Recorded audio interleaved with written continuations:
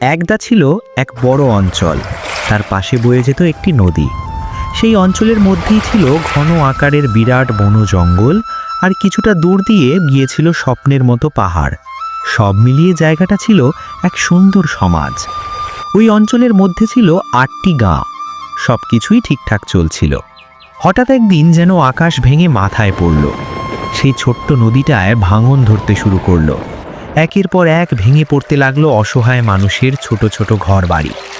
এক পর্যায়ে গিয়ে দেখা গেল প্রায় সব বাড়িঘরই নদীর নিচে তলিয়ে গেছে। বেঁচে থাকার তাগিদে মানুষের মধ্যে শুরু হলো তীব্র কোলাহল। এক এক করে সবাই উঠে চলে যেতে লাগলো পাশের এক ছোট্ট সবুজ দ্বীপে।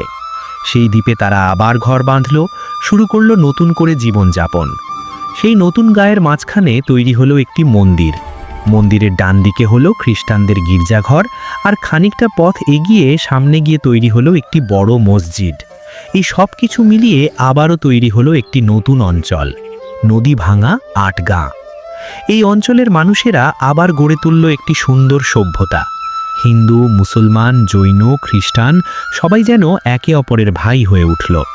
আনন্দে খুশিতে তারা একসঙ্গে বসবাস করত।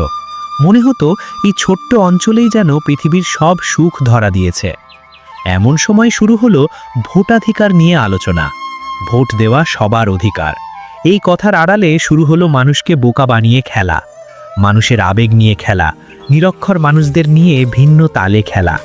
সমাজের কিছু ধনী ও বদমেজাজি খিটখিটে মানুষের নাম উঠে এলো ভোটে দাঁড় করানোর আলোচনায়, কে কোন দিক থেকে দাঁড়াবেন। এই অবস্থায় নদী ভাঙা ৮ গাঁ অঞ্চলে ৩ জন প্রার্থী দাঁড়ালো।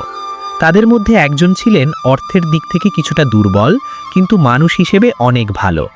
বাকি দুজন বুঝে গেল এই ভালো মানুষের সামনে তারা ভোট পাবে না। তাই তারা শুরু করলো ধর্মকে ব্যবহার করে কূটনীতি আর রাজনীতির নোংরা খেলা। গোপনে লোক লাগিয়ে টাকা পয়সার লোভ দেখিয়ে ভাড়াটে গুন্ডা দিয়ে মন্দিরে হামলা চালানো হলো, আর বলা হলো এটা মুসলমানদের কাজ। আবার অপরজন একইভাবে মসজিদে হামলা চালিয়ে বলল এটা খ্রিস্টানদের কাজ। ভোটের স্বার্থে এভাবেই লাগিয়ে দেওয়া হলো এক বড় দাঙ্গা।